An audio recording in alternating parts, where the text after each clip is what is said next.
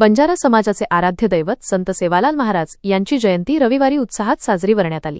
हनुमानगड कमान परिसरातील सेवालाल महाराज मंदिरात विविध धार्मिक कार्यक्रम पार पडले।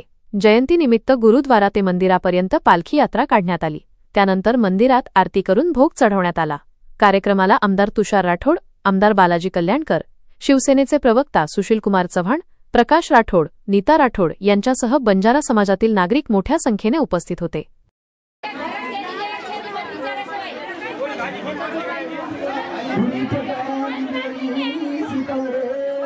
287 जयंतीनिमित्त पालखीचा कार्यक्रम,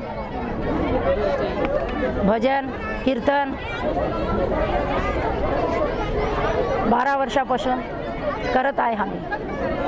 भंडाराचा मोठा कार्यक्रम, पालखी आमची गुरुद्वारा नगर तिथून हनुमानगड कमानपर्यंत